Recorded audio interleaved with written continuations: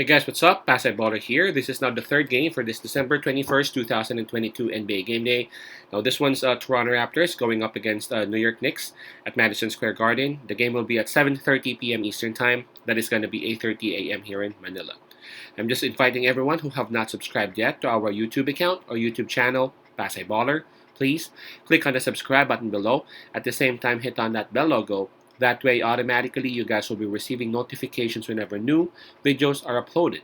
And by the way, I've checked on the spread on this. It's minus 1.5, and that's actually, is it given to New York? No, I got confused. Hold on. It's minus 1.5 given towards the home team, the New York Knicks. All right. So let's go ahead and check on the standings and the rankings first before we proceed. Obviously, both teams belong to the Eastern Conference. So let's start by checking on the New York Knicks. They got a record of 18 wins and 13 losses, and they are the number 6 team in the East. While for Toronto Raptors, they are stuck at number 10. Of course, they would want to improve, but currently they are at number 10 with a record of 13 wins and 18 losses. Okay, so here we go. The New York Knicks, obviously, they would have the home court advantage on this. In terms of fatigue, Toronto Raptors would actually have it because last night, Toronto Raptors had their rest while New York Knicks were going at it against Golden State Warriors. I would have to say, though, that despite of Toronto Raptors' advantage, it's not going to be that much of a difference. I would say because if you can actually check what happened last night, New York Knicks, they were at home, right? And in this game, New York Knicks is still at Madison Square Garden, and the New York Knicks, they had this blowout, so their starters were given opportunities to rest up as well. Right, but still, Toronto Raptors would have some sort of an advantage on this. All right.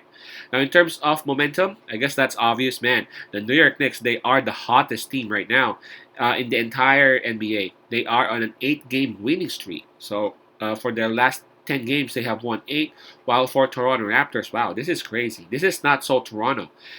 Looking at them, and they're having this slump, which is 6 games, man. Approaching this game, they have lost 6 straight. So for their last 10 games, they have only won a couple of games. Wow, that's not so Toronto.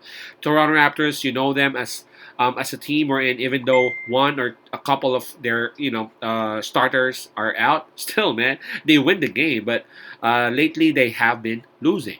All right, so I'm gonna make this one quick because I've checked on other other articles online, and they were actually banging on the Knicks, saying that, hey, you know what? It's the second game of the Knicks on those back-to-back nights or back-to-back games, which is correct, right? That's why I hit on them in terms of fatigue.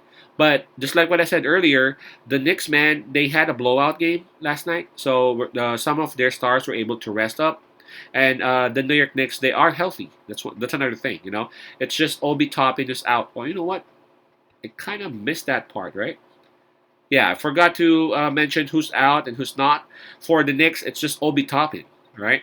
For Toronto Raptors, we got Achua and Otto Porter both out, and Garrett Trent listed as questionable. So that's another thing that New York Knicks has. They have availability. In any case, one player needs to actually sit down. They have depth, and they have good health lately. That really helps a lot.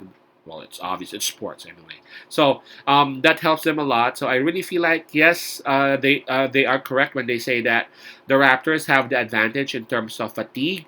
But man, just like, if you know me, if you've been a subscriber or if you've been watching my videos, man, I really believe in